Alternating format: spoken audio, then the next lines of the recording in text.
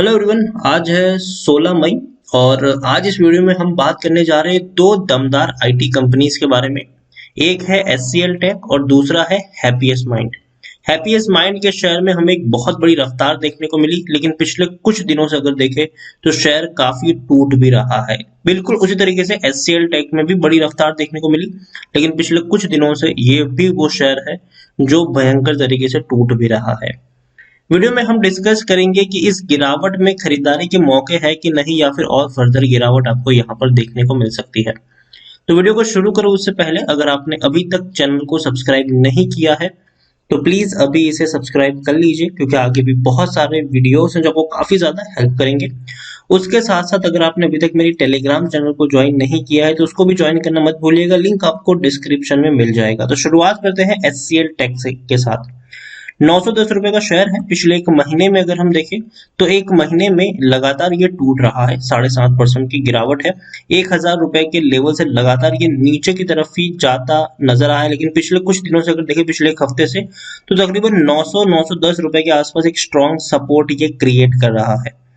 एक साल में अगर हम देखें तो एचसीएल टेक में पिछले एक साल में 76% का ग्रोथ है। 511 रुपए का शेयर था, रैली आई, यहाँ पर देखिए फिर गिरावट आई, फिर तेजी आई, 1000 रुपए के ऊपर निकला, 1060 रुपए तक पहुंचा ये शेयर। दोबारा टूटकर 910 रुपए तक ही आया था। देखिए ये 910 रुपए तक ही आया था, लेकिन उसके बाद दोबारा तेजी बनी और ये 1055 पे गया था। अब दोबारा 910 रुपए के आसपास घूम रहा है। चांसेस है यहाँ से और ऊपर तक जाने के इसके। एचसीएल टेक के बारे में देखिए तो लार्ज कैप शेयर है, ये 2.5 लाख करोड़ के आसपास का इसका मार्केट कैप है। एनएससी में देखें तो 51 लाख के अराउंड का इसका वॉल्यूम ट्रेड देखने को मिल रहा है। शेयर होल्डिंग की बात करें तो 43.87% की होल्डिंग प्रमोटर के पास है, 24.14% की होल्डिंग एफआईएल्स के पास है, 6.79% की होल्डिंग म्यूचुअल फंड और इंश्योरेंस कंपनी के पास 3.39% की होल्डिंग देखने को मिल रही है। यहाँ पर हम देखें तो SBI mutual fund highest public share holder है, 2.18% की होल्डिंग है उनके पास, और इंडिविजुअल इन्वेस्टर होल्डिंग 3.22% है। 300% का डिविडेंड पे कर रहा है, मतलब पर शेयर आपको 6 रुपए डिविडेंड के तौर पर दिए हैं, और इसी साल अप्रैल महीने में इन्होंने ये डिविडेंड पे किया है। एचसीएल टेक की बात करें तो टेक्निकल रेटिंग अभी अच्छी नहीं है, गिरावट के संकेत है, शायद थोड़ा और नीचे तक शेयर टूट सकता है। यहाँ पर आप देखिए कि गवर्नमेंट, देखिए कंपनी जो है वो भैया गवर्नमेंट से क्लैरिटी भी मांग रही है, भैया वैक्सीनेशन के बारे में क्या क्या अपडेट है हमको बताओ, ताकि हम चीजों को और नॉर्मलाइज कर सके अपने लिए। इतना ही नहीं, एचसीएल टेक्नोलॉजी की अगर हम बात करें तो एक अच्छी बात यहाँ पर यह भी है कि आईटी कंपनियों की जो डिमांड है, वो जो मार्केट प्लेस है उसका, खास करके आईटी और बीपीओ सर्विस का, वो 2027 तक बहुत ही ज्यादा तक इंक्रीज हो जाएगा, क्योंकि हर चीज के लिए आपको भैया बीपीओ सर्विस चाहिए। कुछ भी आप लॉन्च कर रहे हो, कोई भी प्रोडक्ट आप लॉन्च कर रहे हो, तो भैया उसके लिए बीपीओ सर्विस चाहिए। और इसमें जो आईटी कंपनी इस क्षेत्र में महारत हासिल करके रखी हुई है, डेफिनेटली वो यहाँ पर बड़ा प्रॉफिट कमाएगी।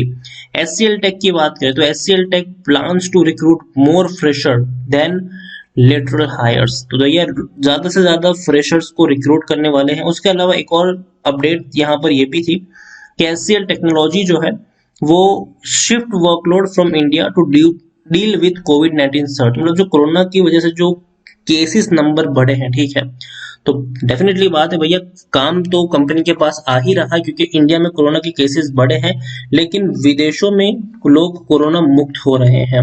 ऐसे में कंपनी जो ये एचसीएल जो है वो विदेशों के साथ काफी ज्यादा डील करते हैं, यूएस, यूके, कई सारी बड़ी कंपनी के साथ ये लोग डील करते हैं, तो काम तो इनके पास काफी ज्यादा है, तो वर्कलोड भी ज्यादा रहेगा। तो इंडिया में तो भैया केसेस चल रहे हैं, तो इंडिया का जो वर्क फोर्स है उसकी बजाय वो बाकी जगह पे अपना वर्क फोर्स जो है उसको शिफ्ट कर रहे हैं।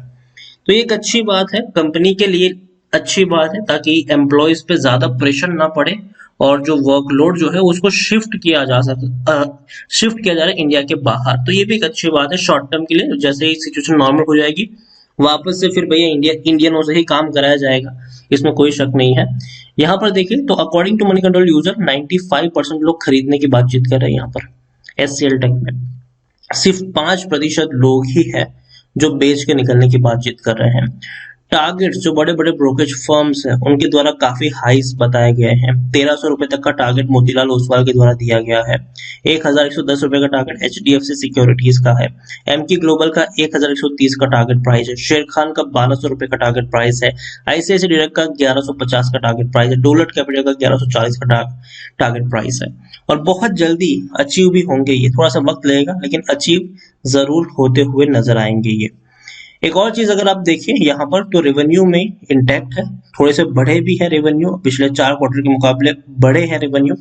19,640 करोड़ के आसपास के रेवेन्यू है। प्रॉफिट भी अगर हम देखें तो प्रॉफिट हालांकि कम हुआ था और यही वजह है कि शेयर टूटकर बिखर गया।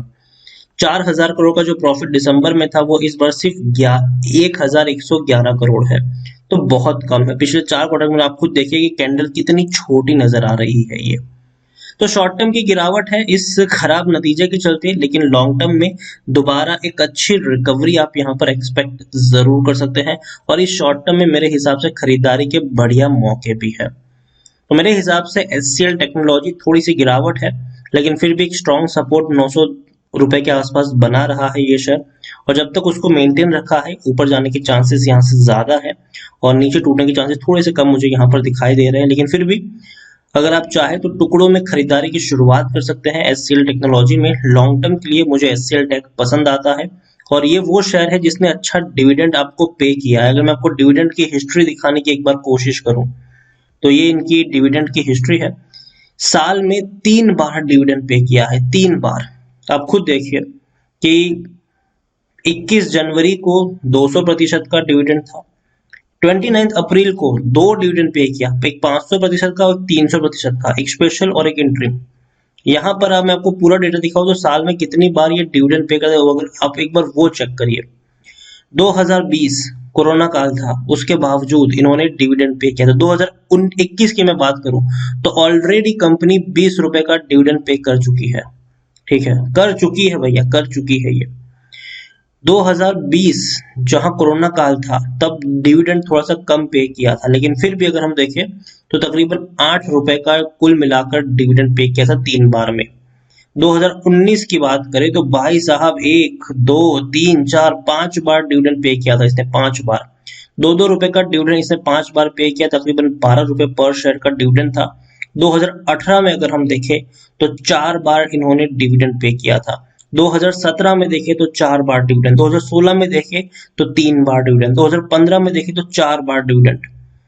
तो डिविडेंड तो भैया बहुत ही शानदार तरीके से पे करता है और बीच बीच में एक बड़ा डिविडेंड भी पे कर देता है ये। तो देखिए डिविडेंड पेइंग के मामले में HCL टेक्नोलॉजी का कोई जवाब नहीं है, इस बात में कोई शक नहीं है। बढ़िया कंपनी है, जब भी गिरावट आए खरीदारी कर सकते हो और लॉन्ग टर्म का लक्ष्य रखिए यहाँ पर। लॉन्ग टर्म के लिए बहुत ही बेहतरीन शेयर है ये। दूसरा है हैप्पीएस्ट माइंड। देखिए बहुत ही बड़ी तेजी हमने देखी, बाद में गिरावट भी उतनी ही देखी। एक महीने में 14% तक ग्रोथ है। 630 रुपए के आसपास शेयर था, 860 रुपए तक बहुत ही कम वक्त में पहुंच गया, लेकिन 3 ही दिन में ये 860 रुपए से सीधा 728 रुपए तक आ गया। इतनी भयंकर गिरावट आई कि लोगों को डर लग गया कि भैया क्या होगा इस कंपनी का। एक साल का डेटा अवेलेबल नहीं है इसका, क्योंकि हाल फिलहाल में ही इसका IPO आया था, पिछले साल इसका IPO आया था। 309 रुपए तक का लो है और आप देखिए लंबा समय इसने गुजारा 300 से 350 के बीच में। फिर एक शार्प करेक्शन आया, शार्प तेजी आई, सॉरी, 550 रुपए तक पहुंचा। फिर लंबा समय, थोड़ा सा समय उसने उस लेवल पे बिताया, फिर एक शार्प तेजी आई, अच्छे खासे प्राइस पे पहुंचा। फिर थोड़ा सा समय उसने उस लेवल पे बिताया, फिर एक शार्प तेजी आई है और अब गिरावट आई है। हो सकता है कि थोड़ी बहुत गिरावट यहाँ पर आ जाए, लेकिन फिर से एक बड़ी रफ्तार आपको यहाँ पर देखने को मिल सकती है। हैप्पीएस्ट माइंड मेरे हिसाब से खरीदारी करी है, बने रहना चाहिए।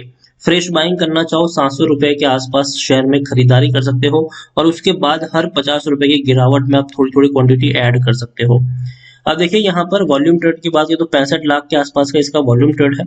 शेयर होल्डिंग की बात करें तो प्रमोटर के पास 53.25% की होल्डिंग है, 7.07% की होल्डिंग एफआईएस के पास है, 6.57% की होल्डिंग म्यूचुअल फंड के पास यहाँ पर देखने को मिल रही है। 150% का डिविडेंड पे किया है, मतलब पर शेयर 3 रुपए का डिविडेंड इन्होंने हाल फिलहाल में पे किया है। हैप्पीएस्ट माइंड देखा जाए टेक्निकल रेटिंग अभी न्यूट्रल है, क्योंकि रिजल्ट्स इनके उतने अच्छे नहीं आते, एवरेज थे, लेकिन फिर भी शेयर में जब इतनी बड़ी तेजी आती है तो भैया जाहिर सी बात है थोड़ा बहुत टूटेगा जरूर ये, और वही हो रहा है ये। टेम्पररी गिरावट है यहाँ पर। According to Moneycontrol user 66% लोग खरीदने की बात कर रहे हैं, 26% लोग बेचने की बात कर रहे हैं, 8% लोग होल्ड करने की नसीहत दे रहे हैं। हैप्पीएस्ट माइंड देखा जाए तो रेवेन्यू 200 करोड़ का मार्च में आया था, तो पिछले 4 क्वार्टर के मुकाबले बेहतरीन था। प्रॉफिट्स भी अगर हम देखें तो 36 करोड़ का है, जो हालांकि थोड़ा सा कम है जून के मुकाबले और दिसंबर के मुकाबले, लेकिन फिर भी एक अच्छा प्रॉफिट आप इसको कह सकते हैं। और अगर मैं आपको इनके डिविडेंड के बारे में अगर दिखाने की कोशिश करूं तो एक ही बार डिविडेंड मिला है, वो भी 150% का, हालांकि मिला नहीं, अभी मिलेगा, फाइनल डिविडेंड मिलेगा।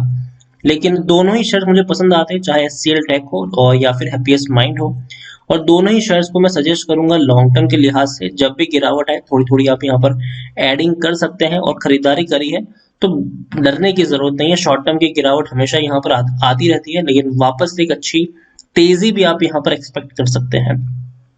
तो वीडियो को यहीं पे एंड करूंगा। पसंद आया हो तो लाइक करो, शेयर करो। चैनल पर अगर पहली बार आए हैं तो प्लीज सब्सक्राइब करें।